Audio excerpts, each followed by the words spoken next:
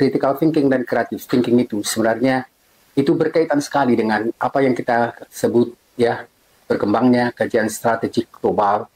Dan kajian strategik global ini sebenarnya berkembang sebagai dampak perkembangan teknologi informasi dan artificial intelligence.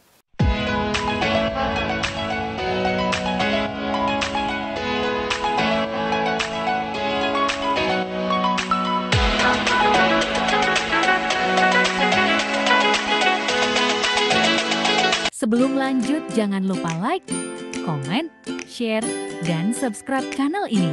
Terima kasih, selamat menonton, semoga bermanfaat.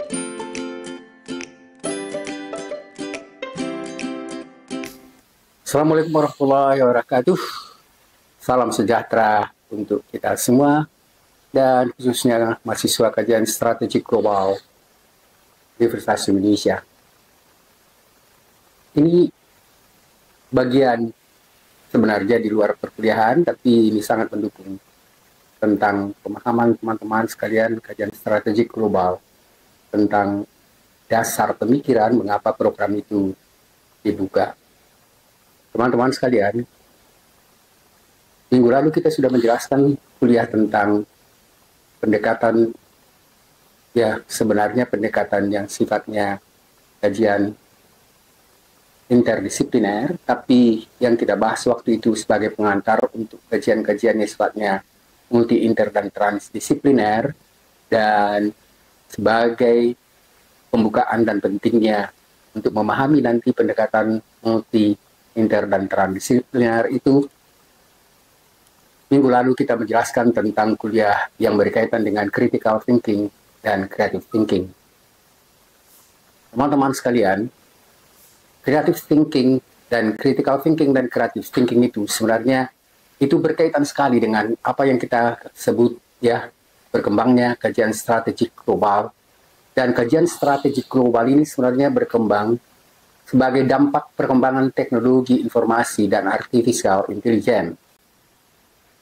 Teman-teman sekalian, jadi pada tanggal 8 pas kemarin pun sebenarnya di Salemba kita ada buku ya yang judulnya sebenarnya tentang memahami kajian strategi global Universitas Indonesia, dan ini juga bisa lebih memperjelas dan memperkuat tentang penjelasan yang sangat singkat dari apa yang dibicarakan pada kajian strategi global atau pembukaan kajian strategi global itu, dan bukunya sebenarnya berjudul memahami kajian strategi global Universitas Indonesia.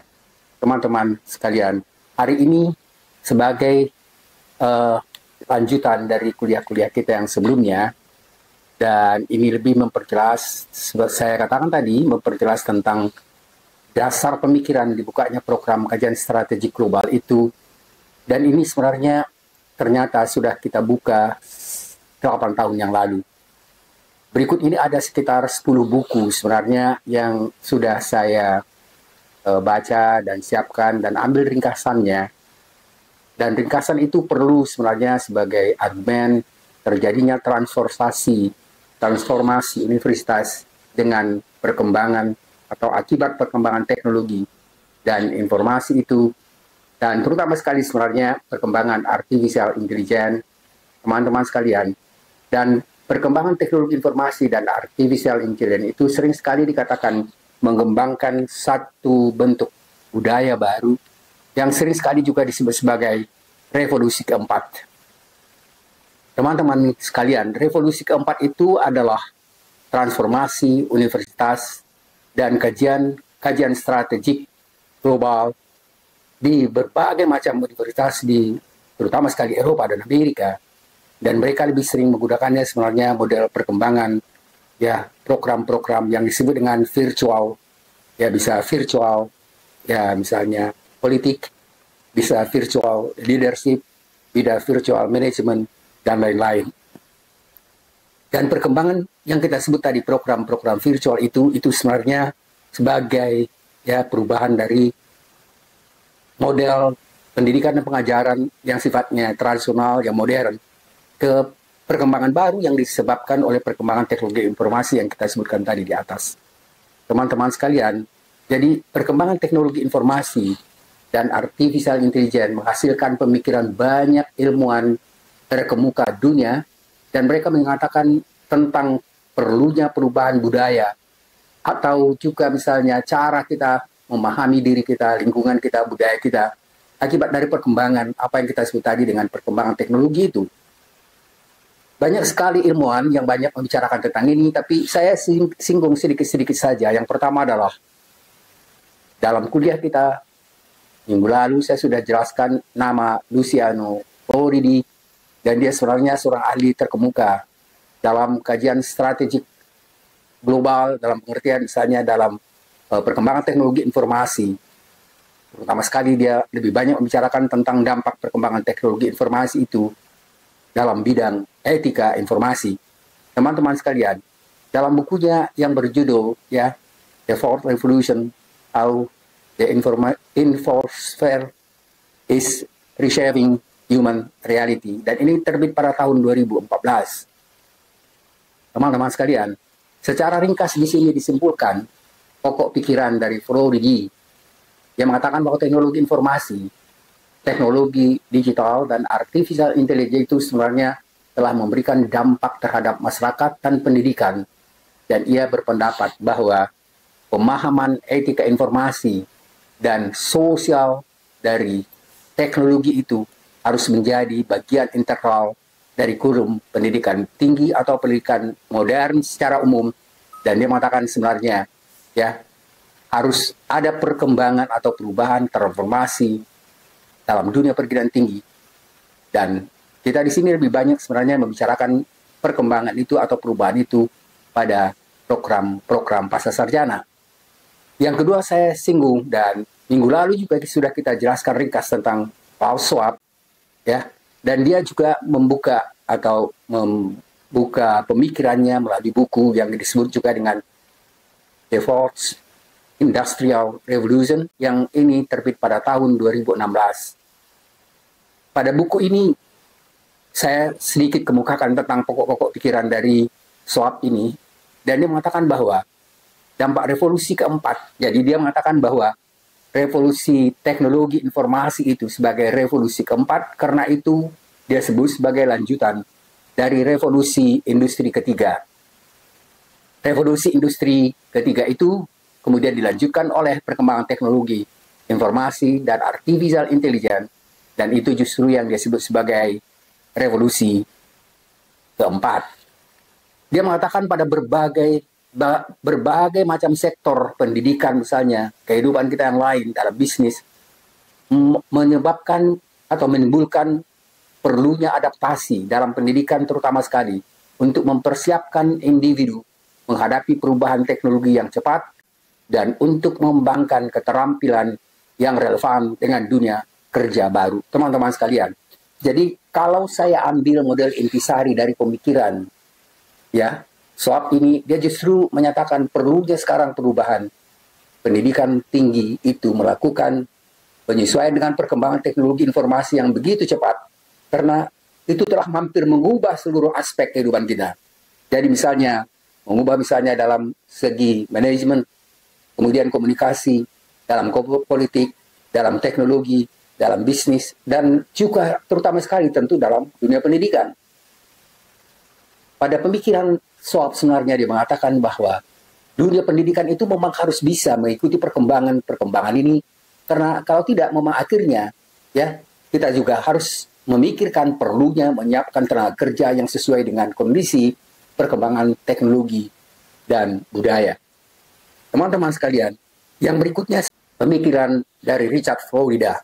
Teman-teman sekalian, saya katakan tadi sebenarnya lebih dari 10 pemikir yang saya ambil, tapi saya hanya coba ringkas-ringkas untuk mengukakan. Dan ini sebenarnya sebagai dasar bahwa sebenarnya begitu kita buka misalnya kajian strategi global di Universitas Indonesia itu dengan memiliki dasar pemikiran yang sangat kuat. Jadi Richard Florida ini dia menulis buku yang berjudul The Rise of Creative Class. Dan ini terbit tahun 2002. Pada buku ini Florida mengatakan atau menyoroti pentingnya inovasi dan kreativitas dalam ekonomi modern. Jadi kita lihat sebenarnya yang menjadi pemikiran utama di sini adalah bagaimana misalnya perubahan ekonomi, dan perubahan ekonomi itu dianggap salah satu bagian yang penting. Bukan berarti sebenarnya dia tidak menjelaskan yang lain, tapi dia sangat menekankan adalah perubahan di dalam ekonomi, ya. Dan dia mengatakan bahwa perubahan di dalam ekonomi saja itu sudah memerlukan sebenarnya perubahan kita untuk menyiapkan model berpikir, juga misalnya bagaimana kita menyiapkan tenaga-tenaga kerja ke depan yang sebagian besar ya sekarang di dalam ekonomi, dan juga misalnya pada bidang-bidang lain sangat mengandalkan apa yang kita sebut dengan penggunaan teknologi informasi itu. Pemikirannya tentang pengembangan keterampilan kreatif dan interdisipliner. Ingat teman-teman sekalian, tadi sebenarnya ya kuliah kita hari ini atau diskusi hari ini itu juga sangat berkaitan dengan apa yang tadi kita katakan, bahwa begitu kita memasuki era teknologi informasi dan kemudian bicara misalnya pada dunia pendidikan, maka kita tidak lagi bisa menjelaskan hanya dengan pendekatan lama atau pendekatan yang kita sebut sebenarnya sebagai pendekatan monodisipliner, karena kita sekarang menghadapi satu realitas yang sangat kompleks, realitas yang berjejaring satu sama lain. Dan ini sudah kita jelaskan sebenarnya secara lumayan, secara lebih memadai pada kuliah kita sebelumnya, kita menjelaskan tentang critical thinking dan creative thinking. Jadi pemikiran dari Florida ini justru dia mengatakan bahwa ya perlunya perkembangan keterampilan kreatif dan pendekatan interdisipliner yang dapat diterapkan dalam pendidikan pasca sarjana. Dan dia jelas-jelas mengatakan, dan penekannya ini paling tidak memang pada perguruan tinggi, khususnya pada program pasca sarjana, tidak mungkin mengabaikan perkembangan ini. Oleh karena itu yang mengatakan perlu sekali untuk mempersiapkan mahasiswa menghadapi dunia kerja yang semakin kompleks. Teman-teman sekalian, jadi waktu sekitar 8 tahun yang lalu sebenarnya, waktu saya mencoba atau diminta menjelaskan perlunya program kajian strategi global itu dibuka di Universitas Indonesia, saya sudah membaca, menurut saya cukup banyak sekali buku-buku yang bisa dijelaskan untuk menjadi bukti atau menjadi dasar pemikiran perlunya program kajian strategi global itu dibuka di Universitas Indonesia.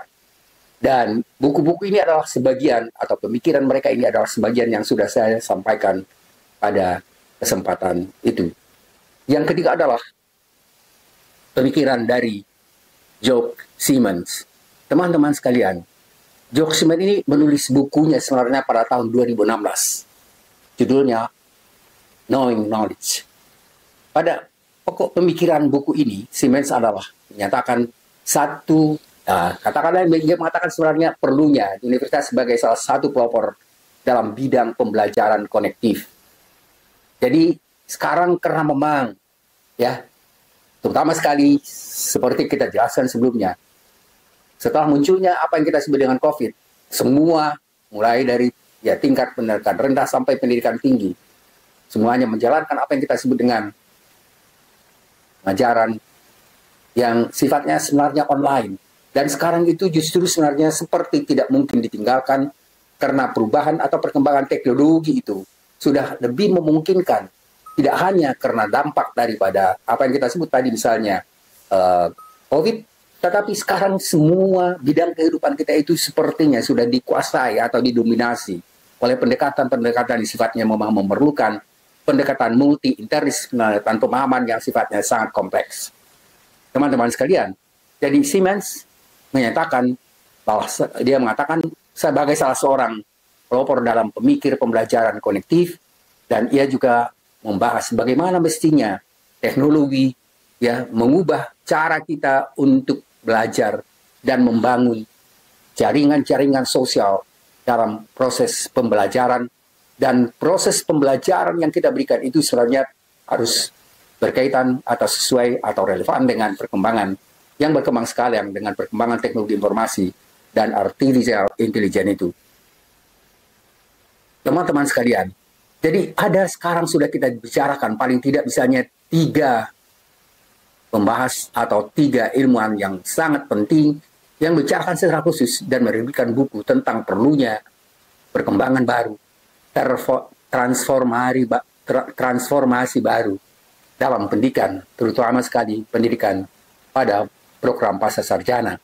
Teman-teman sekalian, yang keempat adalah dari pemikiran Tony Bates.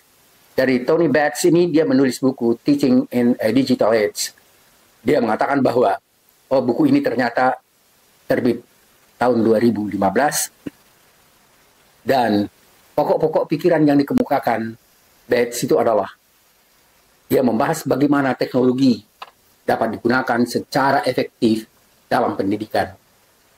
Teman-teman sekalian, penggunaan teknologi efektif dalam pendidikan, dia mengatakan itu termasuk strategi untuk mengembangkan kurikulum dan pembelajaran yang berfokus pada siswa pada era digital ini.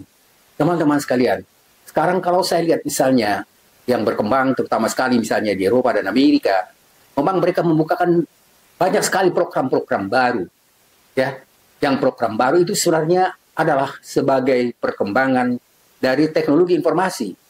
Misalnya yang sudah saya kemukakan dan juga mungkin untuk memantapkan ya gagasan yang saya sebut misalnya dengan apa yang diberi judul misalnya tentang ya virtual politik, virtual management, virtual leadership, virtual psychology, virtual macam-macam sekali, atau cyber misalnya, cyber war, cyber crime dan lain-lain. Itu adalah sebenarnya perkembangan-perkembangan baru yang tidak mungkin diabaikan dengan munculnya apa yang kita sebut dengan perkembangan ya pengajaran pada era digital yang seperti dikemukakan oleh Tony Bates tadi. Teman-teman sekalian, jadi Bates membahas bagaimana teknologi harus digunakan secara efektif dalam pendidikan. Teman-teman sekalian, tentu saja untuk program pasca sarjana dan kajian strategik global yang melakukan perubahan dengan penggunaan teknologi informasi dan artificial intelligence, itu tidak mungkin lagi diabaikan dalam situasi sekarang, karena itu dianggap sebagai satu strategi untuk mengembangkan kurikulum dan juga pembelajaran yang berfokus pada mahasiswa di era digital ini. Teman-teman sekalian, yang berikutnya di sini bisa dikatakan misalnya dari pembahasan yang tadi, bahwa 4 atau 5 pemikir yang sudah kita kemukakan sebelumnya ini, sebenarnya mereka memberikan pandangan yang seragam, ya, dalam pengertian, walaupun misalnya ada argumen yang berbeda-beda sedikit, tetapi mereka sebenarnya mempunyai tujuan, bagaimana supaya transformasi di dalam dunia pendidikan itu perlu dijadikan terutama sekali dalam konteks program pasca sarjana. Dan ini diperlukan untuk mempersiapkan individu menghadapi tantangan dan peluang di era revolusi yang kita sebut tadi, revolusi keempat. Teman-teman sekalian, buku-buku yang kita kemukakan tadi di atas, sebenarnya mereka menjadi referensi yang penting sekali untuk pemahaman perubahan yang diperlukan dalam pendekatan pendidikan saat ini, dan pendidikan yang dikatakan tadi, ada perubahan penggunaan ya logika berpikir yang sudah kita jelaskan, yaitu tidak memadai hanya dengan menggunakan logika kritis atau critical thinking, tetapi kita harus melengkapinya dengan creative thinking. Tidak mungkin kita hanya menggunakan misalnya paradigma positivisme, tapi kita harus melengkapinya dengan paradigma critical ya paradigm, atau juga misalnya paradigma konstruktivis dan paradigma yang berkaitan dengan apa yang kita sebut dan kita bicarakan hari ini, yaitu paradigma teknologi informasi. Teman-teman sekalian, yang kelima di sini kita jelaskan tentang pemikiran dari Bill Reading. Bill Reading ini menerbitkan bukunya tahun 1996. Pada tahun 1996 itu, dia menerbitkan salah satu buku yang berjudul The University of Orion. Dia mengatakan bahwa ya transformasi universitas dan pokok-pokok pikiran dalam bukunya itu menjelaskan bahwa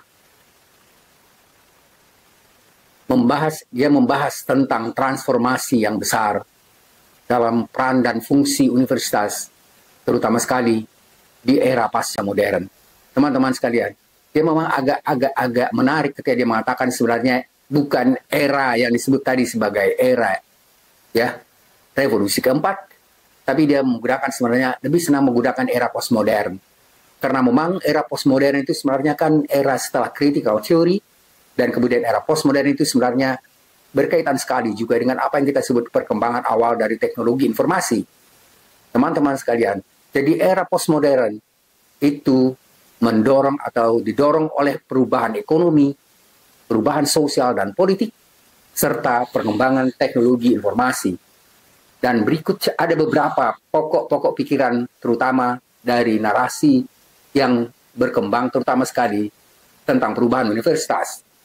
Saya memberikan lebih luas ya, mulai dari pemikiran reading ini, dari yang penjelasan sebelumnya, itu pun sebenarnya hanya sekedar poin-poin, misalnya ada yang 4, 5, 6 poin dari penjelasannya yang dikemukakan dalam bukunya. Yang pertama adalah, yang mengatakan bahwa universitas sebagai lembaga kultural, ingat lembaga budaya.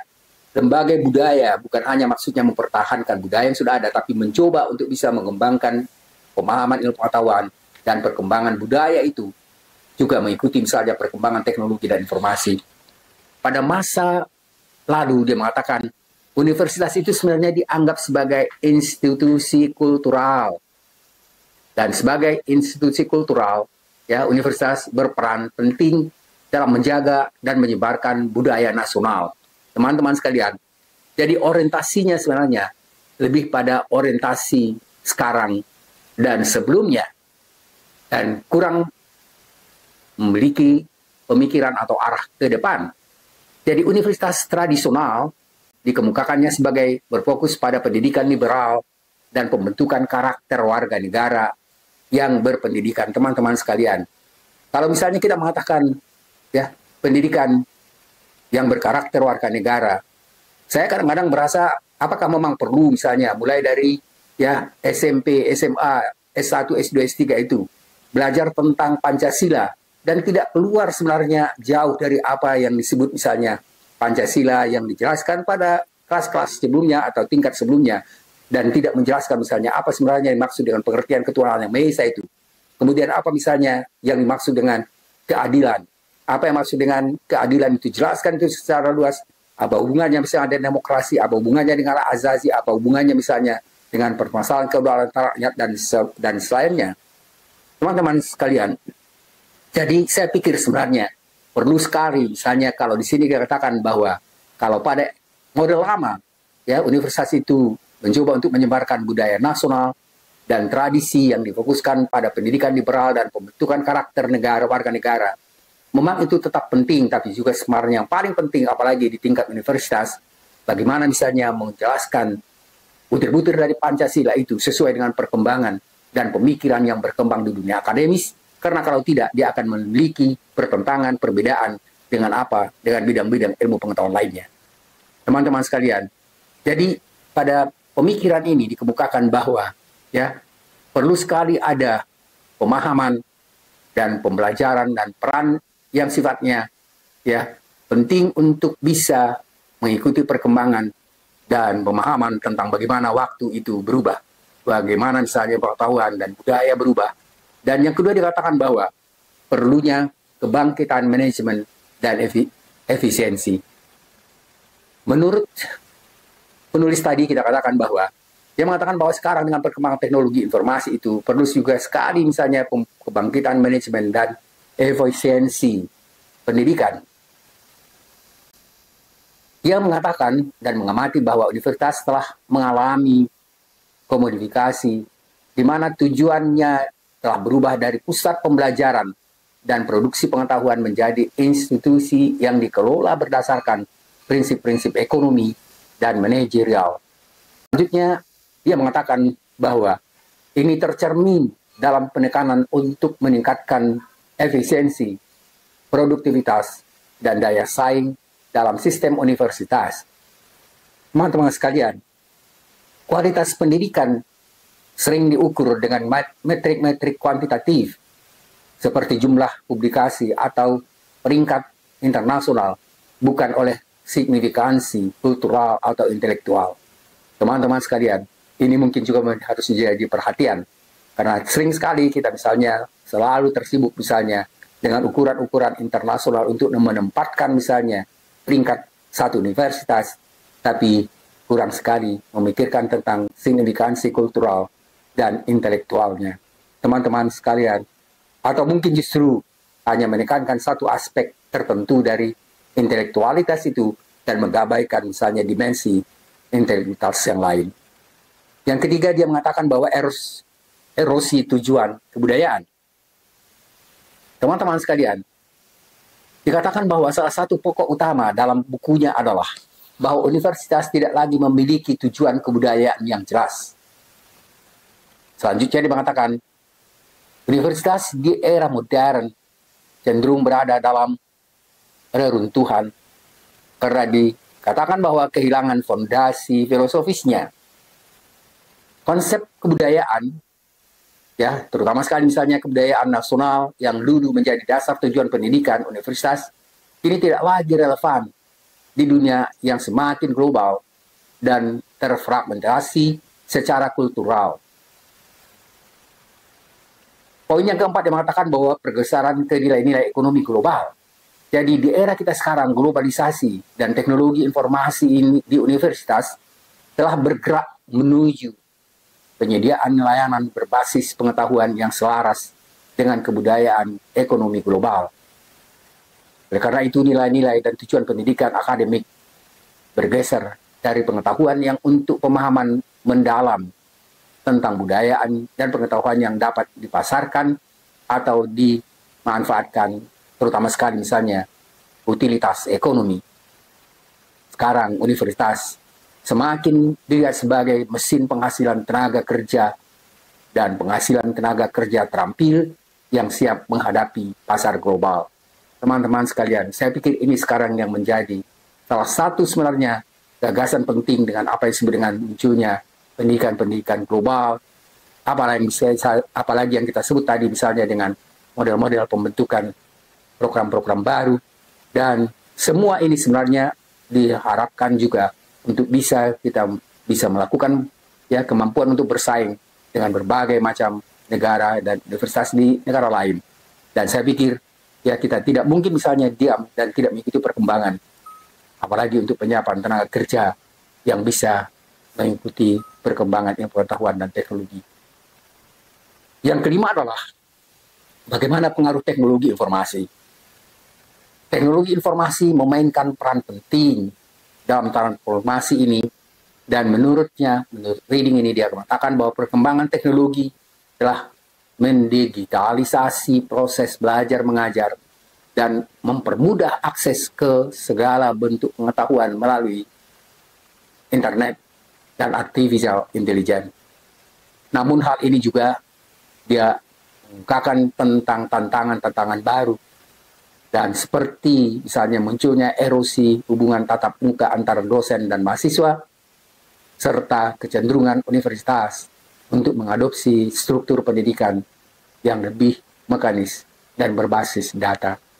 Teman-teman sekalian, saya ingat sekali waktu masih era yang kita sebut misalnya masih berkembangnya COVID, dan saya bertemu dengan beberapa mahasiswa waktu itu di sebenarnya penginapan sederhana di Puncak, dan mahasiswa itu ketika ngobrol di kantin, mereka mengatakan bahwa mereka kuliahnya itu di Jawa Timur dan sudah 2 tahun tidak pernah atau belum pernah ketemu dengan dosen dan mahasiswa lain. Jadi memang sangat terasa dampaknya karena mereka sebenarnya tidak pernah tatap muka, tidak pernah melihat dosen dan melihat teman-temannya, dan semuanya perkuliahan masih berjalan melalui online. Teman-teman sekalian, di kajian strategik global sekarang ini pun kita memang diwajibkan paling tidak 2-3 kali bertemu dengan mahasiswa ya dalam perkuliahan, tetapi itu pun ya kalau tidak misalnya terjadi, paling tidak misalnya ada kuliah-kuliah yang sifatnya ya kalau online itu pasti, tapi kalau tidak misalnya dalam kuliah yang sifatnya perpaduan atau hybrid, dan itu juga sebenarnya sangat membantu. Dan untuk kajian strategik global sebenarnya itu lebih disebabkan karena mahasiswa-mahasiswa itu umumnya mereka adalah ya orang-orang yang sudah bekerja dan memiliki posisi-posisi penting di berbagai lembaga baik di dalam atau di luar negeri. Teman-teman sekalian, jadi teknologi informasi juga berperan dalam globalisasi universitas, dan itu memungkinkan jaringan pendidikan yang tersebar di berbagai belahan dunia dan meningkatkan kolaborasi lintas batas, ya, lintas batas universitas, lintas batas, ya, negara. Dan ini sebenarnya yang kita sebut tadi, munculnya apa? Pendidikan yang sifatnya global. Teman-teman sekalian, jadi ada juga kritik yang dikemukaannya adalah ia memperdalam sebenarnya dan mengatakan bahwa apa yang kita lakukan sekarang ini sebenarnya dalam bentuk ya pendidikan yang global ini memperdalam ketergantungan universitas pada logika pasar.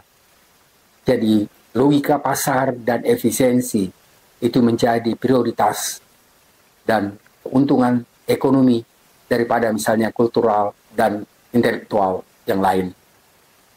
Mungkin juga ya ada kritik ini memang, tapi saya pikir juga bukan hanya berarti mengabaikan misalnya apa yang kita sebut dengan terutama sekali misalnya faktor intelektual. Kalau menurut saya sekarang justru itu menjadi permasalahan penting karena bukan hanya mahasiswa tapi kita sendiri dosen itu sekarang hampir tidak pernah lagi pergi ke perpustakaan untuk mencari buku-buku, tapi dengan mudah dan sederhana kita menemukan itu melalui online. Teman-teman sekalian, saya sendiri misalnya di rumah mungkin ada lebih 1000 buku lah ya, tapi saya sendiri sekarang udah jarang untuk mencari buku-buku itu, dan lebih mudah dan lebih cepat dan lebih informatif dan ya katakanlah lebih baru sesuai dengan perkembangan ketika kita mencoba untuk mencarinya atau melalui internet. Teman-teman sekalian, saya sekarang misalnya seperti apa yang kita jelaskan pada buku-buku yang saya bicarakan dalam perkuliahan ini. Ini semuanya adalah sebenarnya buku yang diperoleh melalui teknologi informasi itu. Yang keenam dikemukakan bahwa universitas dalam era yang disebut sebenarnya era pasca sejarah. Jadi Readings, penulis ini mengatakan bahwa universitas tidak lagi memiliki tujuan yang jelas dalam kaitannya dengan proyek sejarah. Seperti yang dulu didasarkan pada tujuan-tujuan pendidikan nasional atau kebudayaan tertentu. Sebaliknya universitas kini menjadi ruang di mana beragam diskursus tanpa atau tujuan-tujuan yang dominan terjadi. Jadi universitas telah menjadi tempat bagi beragam kegiatan ekonomi, pada kegiatan teknologi dan intelektual tanpa orientasi ideologis atau kebudayaan yang jelas. Ini salah satu dampak sebenarnya apa yang kita sebut misalnya adanya globalisasi itu. Ya, jadi kalau dulu memang kita lebih berorientasi nasional, malah mungkin sangat lokal. Sekarang memang ada perubahan yang sangat drastis dan perubahan ini sebenarnya salah satu. Ini yang dikemukakan oleh penulis bahwa universitas telah menjadi tempat bagi beragam kegiatan ekonomi, teknologi, dan intelektual tanpa ada orientasi atau sedikit sekali orientasi ideologis atau kebudayaan yang jelas. Yang ketujuh dikemukakan bahwa tantangan etis dan filosofis. Teman-teman sekalian, semua sebenarnya penulis yang ada dan menjelaskan tentang perkembangan teknologi informasi boleh dikatakan tidak yang ada yang abai tentang permasalahan etis. Jadi permasalahan etis itu adalah permasalahan yang sangat penting di dalam teknologi informasi karena tidak mungkin kita misalnya mengabaikan berbagai macam faktor moral yang harus benar-benar kita perhatikan, misalnya tentang bagaimana menghargai privasi orang lain, bagaimana misalnya kita bisa mengajukan misalnya ucapan-ucapan yang etis, moral, dan akademis, bagaimana misalnya kita bisa melakukan ya sesuatu itu tidak keluar dari etika informasi. Itu sesuatu yang memang menjadi perhatian bagi semua ilmuwan yang membicarakan tentang teknologi informasi dan penggunaan teknologi informasi itu. Jadi penulis di sini menyatakan bahwa dalam menghadapi teruntuhnya tujuan historis yang kita katakan tadi, maka universitas perlu merumuskan ulang relevansinya dalam masyarakat kontemporer.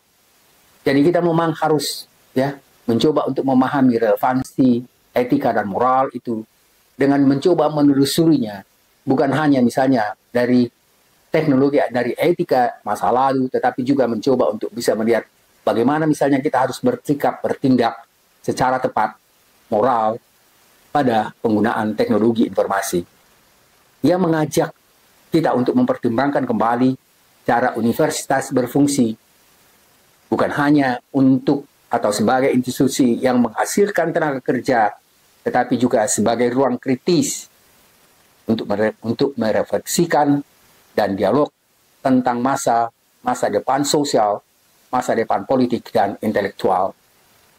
Teman-teman sekalian, jadi secara keseluruhan, Bill Readings mengajukan kritik yang sangat dalam terhadap universitas modern yang telah beralih dari fungsi kulturalnya menjadi institusi yang sangat terkait dengan logika ekonomi dan teknologi.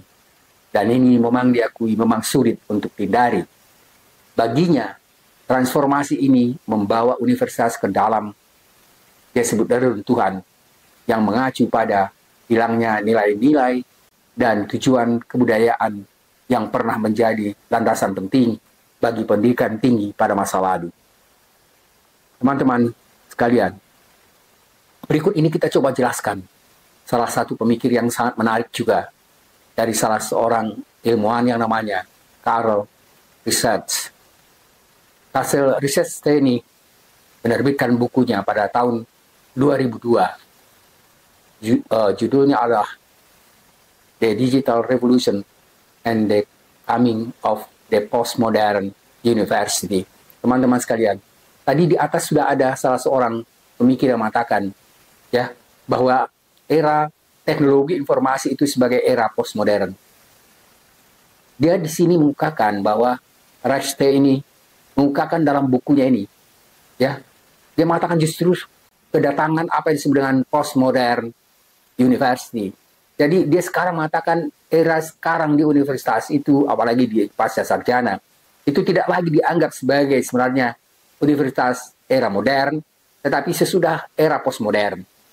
Yang menarik di sini justru sebenarnya dia tidak mengungkapkan sebagai apa yang disebut dengan revolusi keempat atau revolusi teknologi informasi dan artificial intelligence, walaupun sebenarnya yang menjubulkan apa yang disebut dengan postmodern university itu juga sebenarnya pengaruh dari perkembangan teknologi digital. Dia mengatakan bahwa teknologi digital dan internet telah mengubah universitas secara signifikan. Jadi jelas teman-teman sekalian bahwa dia mengungkapkan istilah munculnya postmodern university dan itu disebabkan karena perkembangan teknologi informasi ya.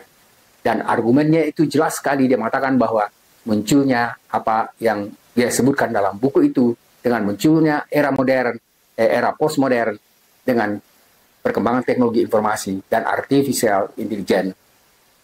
Dalam buku yang tadi judulnya Digital Revolution itu, dia sebenarnya mengungkapkan bahwa ya bagaimana teknologi digital dan internet telah mengubah secara signifikan peran dan struktur universitas. Teman-teman sekalian, mungkin masih banyak di antara kita sebenarnya ya hanya mencoba untuk mengikuti apa perubahan teknologi ya, dan bagaimana misalnya universitas itu mencoba untuk mentransformasi diri tentang apa yang kita sebutnya perlunya perkembangan ya dan perubahan transformasi di universitas itu, tapi kita tidak atau kurang sekali mengikuti sebenarnya apa tuntutan untuk dilakukan perubahan tersebut. Teman-teman sekalian, saya sebenarnya sedikit banyak menyadari kekurang pemahaman saya selama ini tentang apa sebenarnya yang dituntut dan diharapkan misalnya kalau kita melakukan perkembangan atau perubahan transformasi di universitas. Teman-teman sekalian, mungkin ini bisa sedikit banyak sebenarnya memberikan pemahaman bagi kita apa sebenarnya yang dimaksud dengan transformasi universitas itu, apakah itu mungkin bisa kita lakukan atau kita hindari, dan bagaimana mestinya kita bisa ya tidak melanggar norma-norma etik dan moral, norma-norma azazi dan apa yang kita sebut dengan demokrasi. Karena sekarang justru sebenarnya itu memberi pemahaman kita tentang bagaimana misalnya kita melakukan ya penggunaan teknologi informasi itu dengan tetap memahami demokrasi, hak individu dan hak azazi. Teman-teman sekalian, jadi Rex mengatakan bahwa kita perlu sekali memikirkan pokok-pokok pemikiran tentang bagaimana kita bisa mengikuti perubahan yang terjadi di dunia pendidikan tinggi itu. Secara lebih terurai, terinci, saya mencoba untuk menjelaskan beberapa pokok pemikiran dari Karl Rasse ini. Yang pertama, dia mengatakan bahwa revolusi digital telah mengubah akses dan distribusi pengetahuan. Teman-teman, Rasse ini mengatakan bahwa evolusi digital yang dipacu oleh kemajuan teknologi informasi itu telah mengubah cara pengetahuan diakses dan didistribusikan. Teman-teman sekalian, ini jelas sekali, ya. Sekarang misalnya kita jarang, seperti saya katakan tadi, mencari dan membolak-balik buku, dan mahasiswa apalagi misalnya mahasiswa pada semester pertama, yang kedua, dan ketiga, mereka sebenarnya tidak begitu tertarik untuk mencari buku, karena mencoba menjawab permasalahan itu dengan cepat melalui teknologi informasi.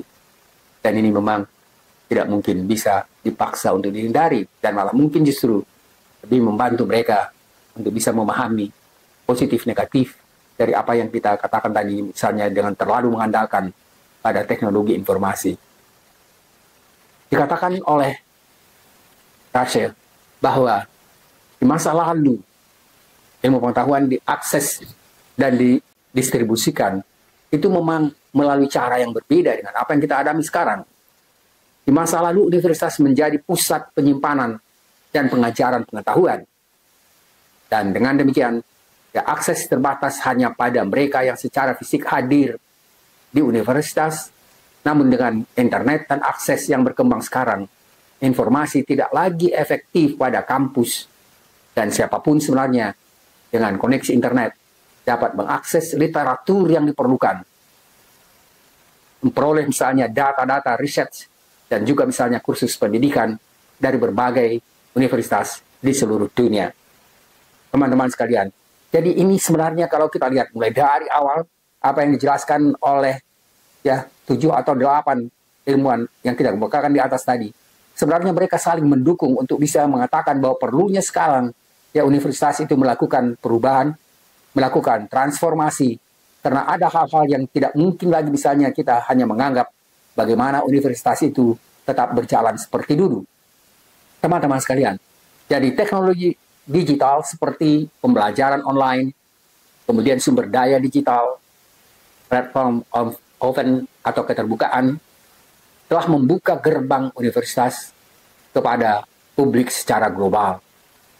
Rasse mengatakan bahwa ini menantang model-model pendidikan tradisional universitas sebagai satu-satunya penyediaan pengetahuan seperti yang model lama. Yang berikutnya dikatakan, yang kedua adalah universitas sebagai pasca modern ini bergeser dari institusi fisik ke virtual. Ya, ini yang kita katakan tadi ketika misalnya munculnya berbagai macam program-program baru yang menggunakan istilah virtual, ya, atau cyber. Ada misalnya virtual leadership, ada virtual management, ada virtual politik, ada virtual sosiologi, ada virtual, dan macam-macam bidang.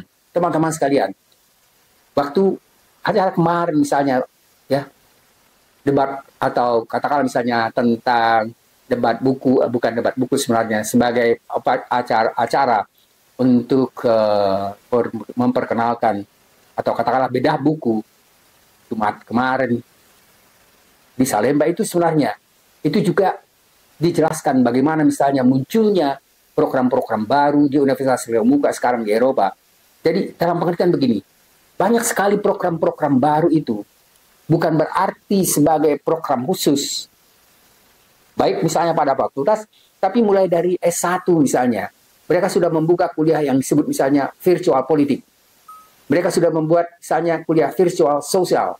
Sudah ada misalnya kuliah virtual yang lain, dan itu saya pikir sebenarnya sangat tepat ketika kita mencoba bahwa memang jangan sampai misalnya kita tidak memperkenalkan, tidak pernah membicarakan tentang perkembangan baru di depan mahasiswa, sementara mereka sebenarnya setiap hari melihat di universitas, melihat misalnya melalui online bagaimana perkembangan pada bidang-bidang yang mereka pelajari. Jadi dalam konteks digital, universitas tidak lagi berfungsi sebagai institusi fisik semata. Dengan munculnya universitas virtual itu, maka pembelajaran jarak jauh, pendidikan tidak lagi dibatasi oleh ruang dan waktu, Jadi Rask ini mengatakan bahwa ini menciptakan apa yang ia sebut sebagai universitas pasca modern. Jadi universitas pasca modern yang dikatakan oleh Rask ini sebenarnya identik dengan virtual university. Jadi universitas yang tidak lagi terikat pada batas-batas fisik dan hierarki tradisional. Yang ketiga, dia kemukakan bahwa selain ia misalnya menekankan bahwa peran universitas dalam dunia pasca modern, dia mengemukakan sebagai model atau simpul dalam jaringan internasional global. Jadi pendidikan menjadi lebih efisien, fleksibel, dan dapat diakses oleh lebih banyak orang yang memungkinkan munculnya demokratisasi dunia pengetahuan. Teman-teman sekalian, jadi tidak ada batas-batas. Saya mencoba sebenarnya dalam kuliah-kuliah ini. Makanya saya banyak sekali misalnya materi-materi itu. Saya katakan ini bukan hanya untuk kelas-kelas yang secara resmi diberikan untuk kajian strategi global lingkungan UI. Tapi banyak juga materi-materi itu yang saya katakan terbuka secara umum. Maksud saya sebenarnya paling tidak mungkin bisa dijadikan sebagai pengetahuan tambahan atau sebagai alat untuk bisa mempertimbangkan, misalnya mengkritisi apa yang terjadi juga atau apa yang dikemukakan dalam kuliah-kuliah yang sifatnya terbuka ini. Yang ketiga dikatakan bahwa peran baru dosen dan peneliti. Jadi teknologi informasi dan artificial intelligence ini membuka sebenarnya peran teknologi digital yang telah mengubah peran dosen dan peneliti di universitas sebelumnya. Rask ini mengatakan bahwa dosen tidak lagi hanya menjadi penyampai pengetahuan, melainkan menjadi fasilitator dalam proses belajar yang lebih interaktif. Jadi peran mereka lebih bersifat sebagai pembimbing yang membantu mahasiswa untuk menavigasi sumber daya informasi yang begitu luas di internet. Teman-teman sekalian, ini sebenarnya yang menarik. Ketika misalnya kita memberikan satu mata kuliah, katakanlah misalnya kita memberikan kuliah tentang metode atau filsafat ilmiah metodologi, kita bisa meminta mereka untuk mencari misalnya pemikir-pemikir terkenal yang berkaitan dengan metode dan pemikiran itu. Ketika misalnya kita menjelaskan tentang apa yang disebut dengan critical dan creative thinking, kita sudah mengukakan paling tidak tokoh dan judul-judul buku yang bisa mereka telusuri. Seperti apa yang kita bicarakan hari ini, paling tidak misalnya 10 buku. Kita sudah jelaskan siapa tokohnya, apa yang mereka ringkasnya, apa yang mereka bicarakan. Dan mahasiswa itu misalnya di rumah tinggal lebih memperluas dan memperdalam apa yang kita bicarakan. Teman-teman sekalian, teknik ini memang menurut saya sangat efektif dan sangat bermanfaat kita gunakan. Yang paling penting adalah bagaimana kita bisa menjelaskan sumbernya itu secara jelas. Yang berikutnya adalah bahwa munculnya apa yang disebut dengan pembelajaran yang dipersonalisasi. Artinya sangat bersifat individual. Teman-teman sekalian, kalau saya lihat misalnya di beberapa perguruan tinggi yang mereka lakukan di luar negeri, mereka juga misalnya kalau kita katakan kuliah yang sifatnya online, tidak harus mereka dalam hari itu jam yang sama itu ada di dalam Zoom kita. Yang penting kita sampaikan materi itu melalui internet dan kemudian mereka bisa mempelajari sesuai dengan kepentingan kondisi masing-masing. Mungkin memang bekerja atau misalnya perbedaan waktu yang jauh berbeda antara misalnya Indonesia, Amerika, Australia atau Eropa, maka tidak mungkin misalnya dengan mudah misalnya mereka mengikuti waktu jam yang sesuai dengan ada di daerah Indonesia. Oleh karena itu sekarang ini yang disebut dengan munculnya pembelajaran yang dipersonalisasi. Jadi mereka lebih bebas untuk bisa mengikuti materi yang kita metode yang kita berikan. Teman-teman sekalian, kalau misalnya sekarang ini saya memberikan kuliah seperti ini, dan kemudian itu ada di internet, mereka kapan saja bisa ikuti. Teman-teman sekalian, selama ini misalnya kuliah-kuliah yang saya berikan itu mahasiswa katakan begini, Pak, saya sangat mengerti setelah saya bisa ikuti 5-6 kali untuk kuliah yang Bapak kemukakan. Teman-teman sekalian, yang kurang bagi kita sebenarnya adalah bagaimana supaya proses pendidikan dan pembelajaran itu bisa didukung dengan baik oleh universitas. tidak misalnya melakukan ini dengan kemampuan sendiri. Sebenarnya mestinya ada, dan saya lihat misalnya seperti di UI, ada dibuka misalnya katakanlah misalnya laboratorium, dibuka juga misalnya tempat-tempat yang bisa kita melakukan kuliah-kuliah yang sifatnya ya yang sifatnya misalnya online, tetapi itu hampir tidak digunakan. Padahal mestinya bisa saja misalnya Universitas Indonesia itu menyatakan bagi mahasiswa atau dosen yang memerlukan ruangan untuk bisa misalnya melakukan satu perkuliahan lebih baik, lebih terjamin, ada ruangan yang bisa digunakan di Universitas Indonesia atau kalau perlu disewakan. Saya pikir itu akan lebih mudah. Kalau sekarang misalnya kita melihat seperti tidak ada ya sedikit pun inisiatif dari universitas untuk bisa bagaimana menyalakan pendidikan pengajaran ini dengan cara lebih baik. Semuanya diserahkan pada individu dosen itu masing-masing. Ini adalah sesuatu yang tidak benar. Kalau saya pikir ini sesuatu ya kurang pertanggungjawaban dari pihak yang katakanlah misalnya pimpinan universitas. Yang berikut munculnya pembelajaran, tadi teman-teman saya sudah kemukakan itu munculnya pembelajaran yang dipersonalisasi. Ya, jadi individu itu banyak misalnya melakukan ya pembelajaran sesuai dengan kemampuan mereka asal sudah ada disampaikan melalui online. Jadi bentuk-bentuk ya informasi, video, artikel, podcast dan forum diskusi memungkinkan mahasiswa untuk belajar sesuai dengan kecepatan mereka sendiri, waktu mereka sendiri, dan mereka mengatur kurikulum yang lebih fleksibel untuk mereka. Teman-teman sekalian, ini memang sebenarnya satu model pengajaran yang sudah sangat lama terjadi di beberapa universitas atau misalnya mulai dari sekolah-sekolah dasar misalnya di Finlandia, ya itu adalah mereka sangat menekankan bagaimana misalnya mahasiswa dan juga mulai dari dasar lebih melihat misalnya perkembangan dan kepentingan kebutuhan dari individu. Dan sekarang misalnya dengan munculnya apa yang disebut tadi dengan teknologi, ya informasi dan artificial intelligence, terutama sekali untuk program pasca sarjana, mestinya memang bisa menerapkan apa yang kita sebut dengan pendidikan yang sifatnya lebih memberikan ya penyesuaian diri dengan individu yang menyebar secara global. Yang kelima adalah dikemukakan ya komodifikasi pendidikan. Teman-teman sekalian, Raschke mengatakan ya dan mengangkat masalah komodifikasi pendidikan yang muncul dengan revolusi digital.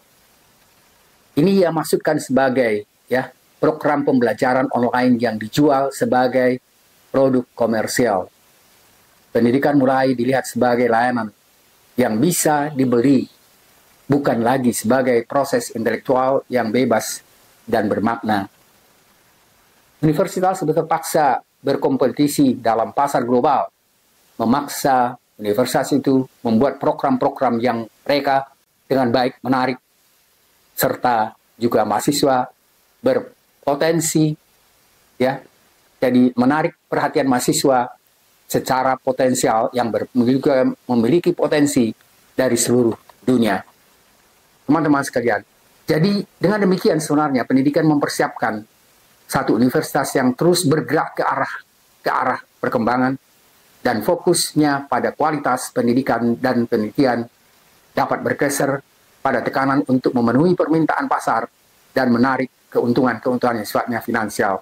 Jadi ini memang bisa menjadi arah yang agak-agak mungkin kedengarannya ya tidak begitu ya seperti keinginan, tapi memang mau tidak mau ya kan semuanya memang tidak mungkin berjalan tanpa misalnya memerlukan dana dan waktu untuk pengembangan itu. Ya cuman memang tidak boleh dijadikan sebagai misalnya hanya mencari keuntungan. Yang keenam adalah ya tantangan identitas dan keaslian universitas.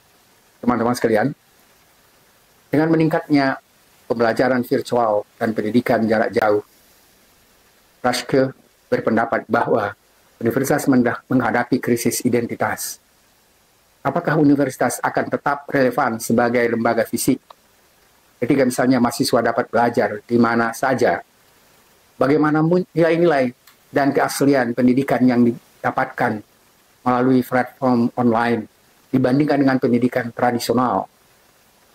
Raske menyoroti bahwa transformasi digital menantang konsep tradisional tentang legitimasi pendidikan dan menimbulkan pertanyaan-pertanyaan tentang validitas gelar akademik yang diperoleh secara online.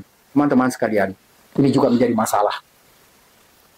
Beberapa hari yang lalu kan sempat ya UI itu mendapat, saya pikir, serangan yang luar biasa ketika misalnya ada satu orang yang memang pejabat akhirnya dianggap diluluskan dengan prosedur yang tidak jujur dan adil. Teman-teman sekalian, saya banyak sekali dihubungi tentang masalah ini, terutama sekali misalnya dari mahasiswa-mahasiswa, bukan hanya yang masih aktif di dalam kajian strategi global, tapi lebih banyak yang sudah selesai. Dan juga misalnya teman-teman dosen di luar itu. Karena mereka tahu bahwa saya termasuk salah seorang dosen yang ada di sana dan banyak mengajar di semua program kajian-kajian itu. Tapi saya pikir ini adalah satu hal yang memang harus perlu dijelaskan secara bertanggung jawab oleh universitas kepada masyarakat.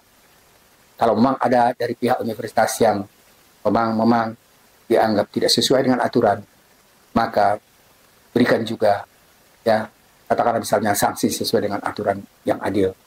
Teman-teman sekalian, yang ketujuh dikemukakan oleh Raske itu adalah konsekuensi etis dan filosofis.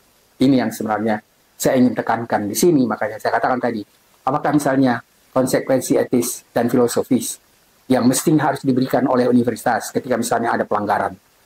Pelanggaran itu bisa misalnya dari universitas atau bisa dari mahasiswa atau dari dosen. Dan selain itu juga ada perubahan-perubahan struktur.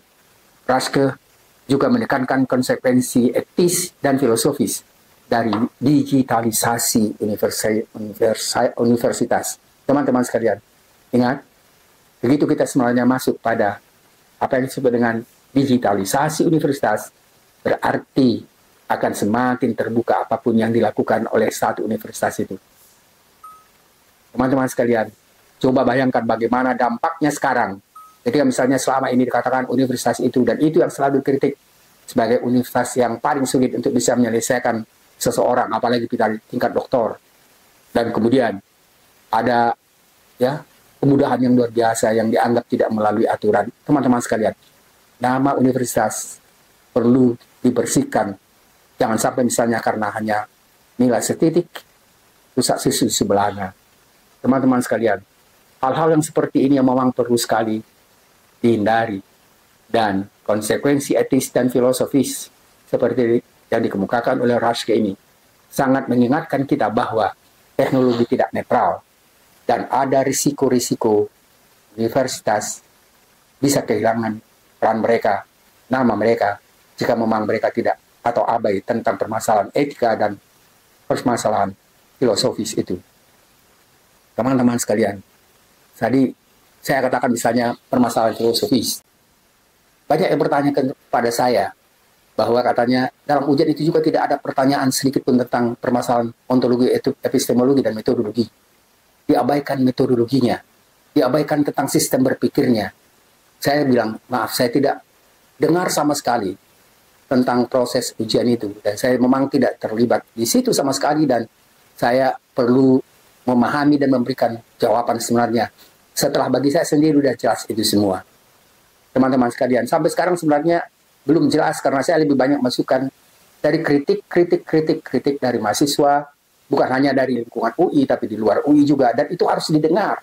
Teman-teman sekalian, kita harus bertindak jujur dalam kondisi yang seperti ini sebagai ya tempat bagaimana misalnya kita menerima pemikiran dan refleksi kritis dan menjadi bagian dari mesin apa yang disebut dengan ya mesin global yang mengutamakan keuntungan di atas ya pendidikan yang berjalan secara adil dan mendalam, terbuka, adil dan mendalam. Teman-teman sekalian, dalam pandangan universitas ya, dari catatan dari pandangan Raske tentang universitas harus berjuang untuk tetap menjadi ruang intelektual yang mendorong kebebasan berpikir dan dialog kritis.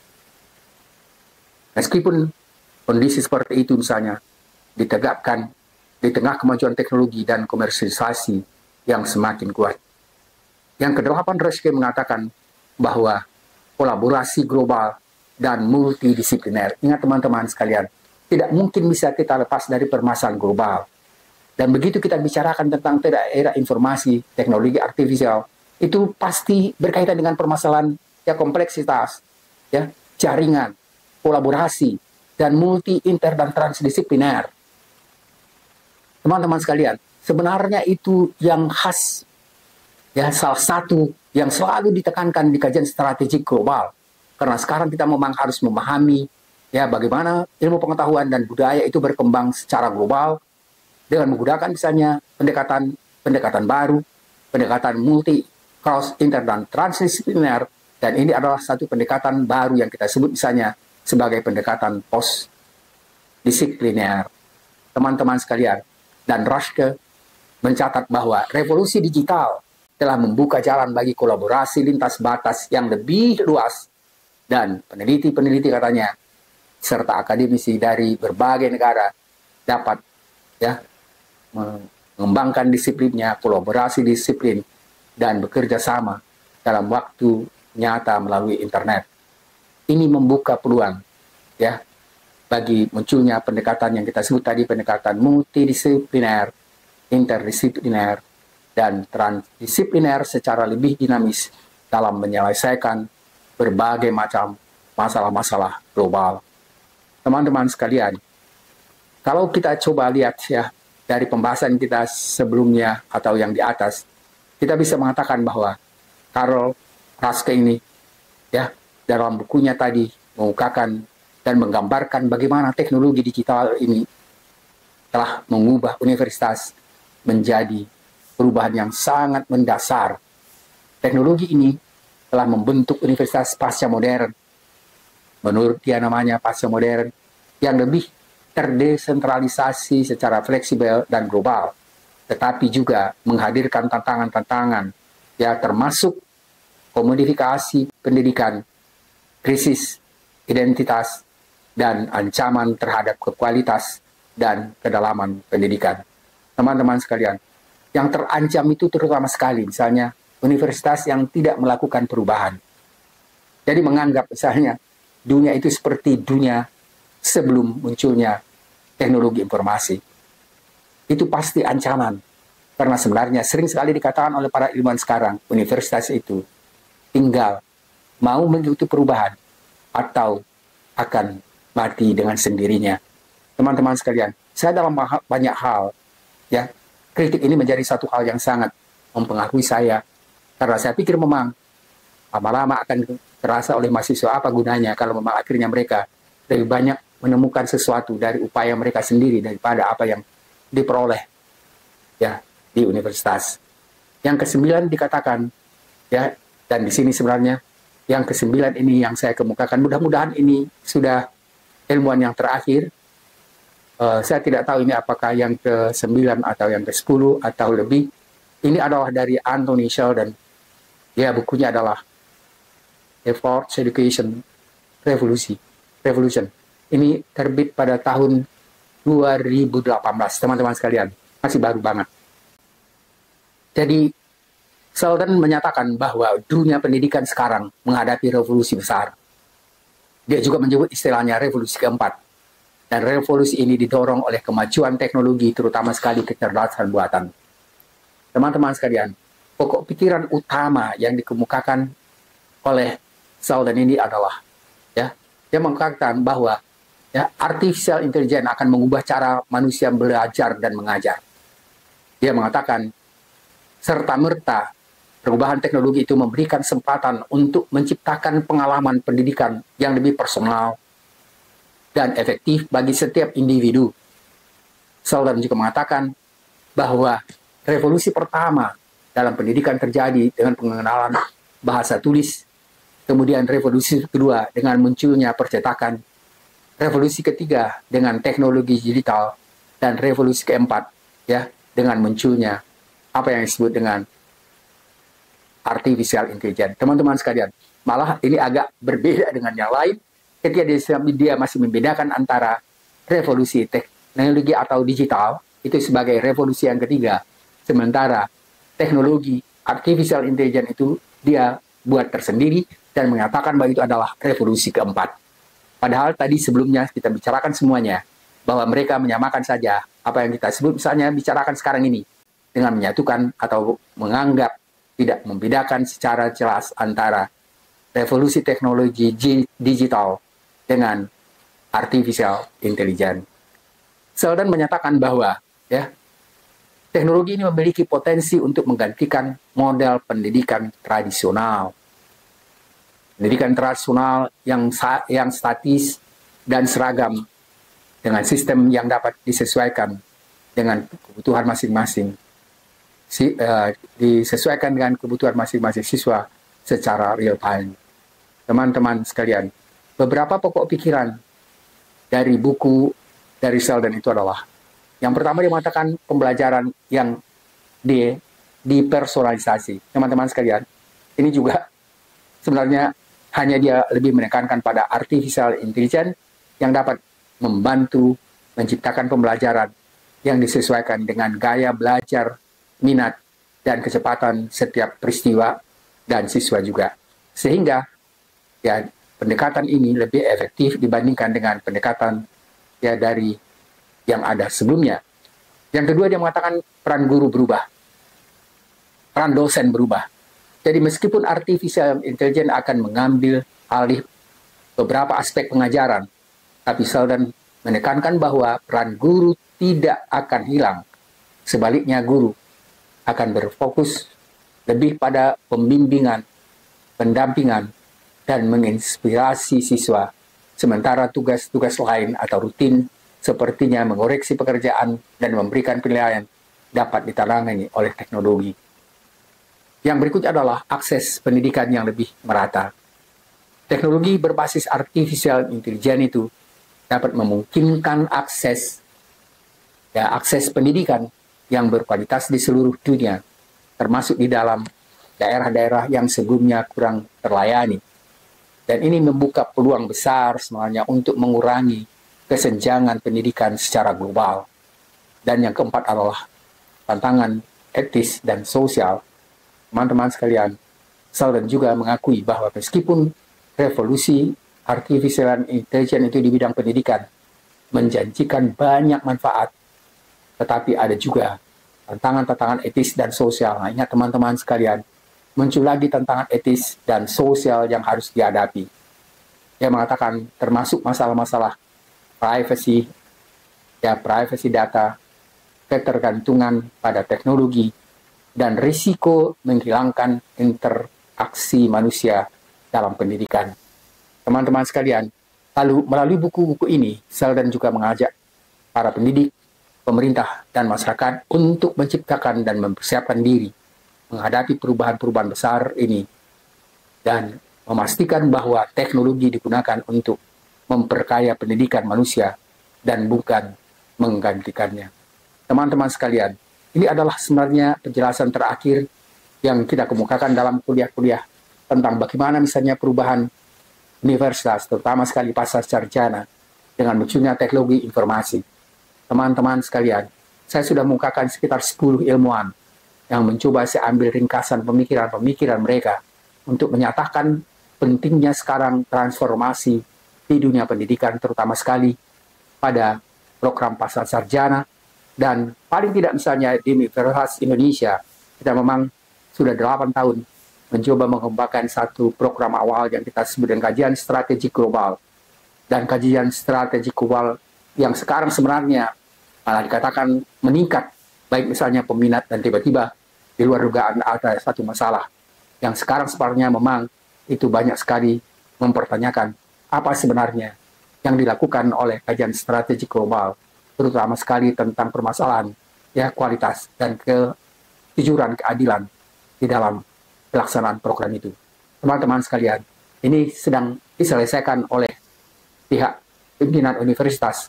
Mudah-mudahan ini bisa diselesaikan dengan baik dan mencoba penyelesaian ini untuk menghilangkan berbagai macam apa yang kita sebut dampak-dampak negatif yang dianggap selama ini terjadi di lingkungan Universitas Indonesia. Saya sebagai seorang dosen yang sudah 25 tahun, hampir 30 tahun saya mengajar di situ. Alhamdulillah saya tidak pernah dapat manfaat apapun dari mahasiswa yang saya bimbing selama ini. Menurut saya semuanya yang saya lakukan berjalan dengan aturan dan kedisiplinan sesuai dengan etika dan moralitas. Saya pikir itu yang sangat perlu sebenarnya ditunjukkan, ya, bahwa UI tetap menjaga prinsip-prinsip tentang apa yang disebut dengan misalnya kejujuran, keadilan, dan itu tetap berlaku sejak dulu sampai sekarang. Terima kasih atas perhatian, terutama sekali mahasiswa-mahasiswa di Universitas Indonesia, mahasiswa kajian strategi global. Kita memang wajar untuk mencoba menegakkan keadilan dan kebenaran dan tidak menghindar kalau memang ada kita melakukan satu kesalahan, dan itu harus dengan ikhlas dan gentle harus diakui dan diperbaiki. Terima kasih, selamat siang, assalamualaikum warahmatullahi wabarakatuh, semoga ada manfaatnya.